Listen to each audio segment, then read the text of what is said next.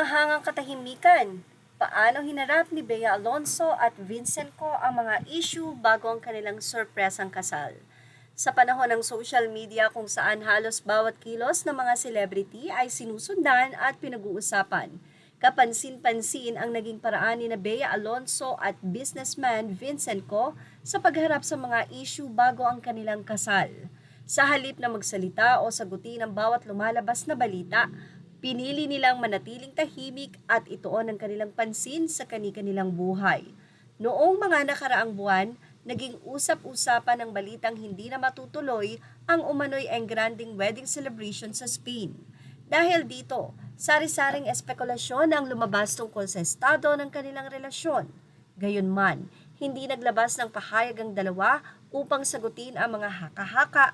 Sa halip, pinili nilang panatilihing pribado ang kanilang personal na buhay. Habang umiikot ang ibang kwento sa social media at entertainment circles, ipinagpatuloy ni Bea Alonso ang kanyang trabaho sa showbiz at ang pagpapalago ng kanyang mga negosyo. Patuloy rin siyang naging aktibo sa iba't ibang proyekto at negosyo sa kabila ng mga isyung kinakaharap niya.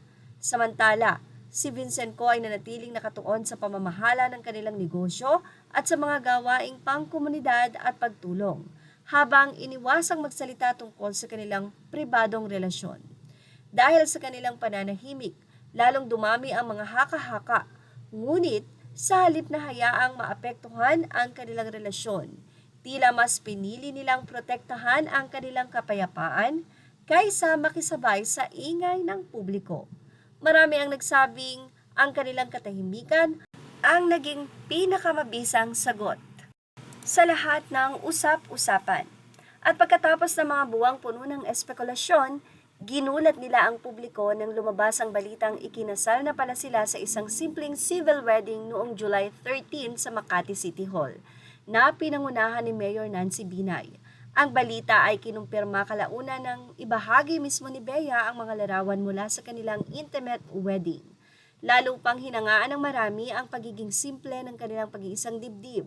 Walang engranding handaan, walang malaking media coverage, at maging ang ilang detalye ng kasal ay sadyang itinago mula sa publiko. Kalauna na ibinahagi ni Bea na siya mismo ang nag-makeup sa kanyang sarili. Ang kanyang kapatid ang kumuha ng kanilang wedding photos at isang malapit na hairstylist ang tumulong sa kanya sa huling minuto. Mga detalyeng lalong nagpakita kung gaano nila pinahalagahan ang pagiging personal ng kanilang espesyal na araw. Sa huli, ipinakita ni Bea Alonso at Vincent Co na hindi lahat ng laban ay kailangang sagutin sa pamamagitan ng mga salita. Minsan, ang katahimikan ay nagiging paraan upang mapangalagaan ang isang relasyon, sa halip na makipagtalo sa mga issue o patulan ng mga haka-haka. Pinili nilang ituon ang kanilang panahon sa isa't isa, sa kanilang mga responsibilidad at sa paghahanda para sa panibagong yugto ng kanilang buhay. Ang kanilang naging kwento ay nagsilbing paalala na ang tunay na kaligayahan ay hindi kailangang ipaliwanag sa lahat. Minsan, ang pinakamagandang sagot sa mga issue ay ang tahimik na pagpapatuloy ng buhay, hanggang sa dumating ang araw na ang pagmamahalan mismo ang magsasalita para sa kanila. Marami din ang humanga dahil kapansin-pansin na ang bisita sa kanilang reception ay hindi mga kilalang tao at mga simple. Well, ano man sa inyo about dito? Ilagay na ang inyong opinion sa ating comment section. Images are all credit to the rightful owners. Thank you for watching Showbiz Now.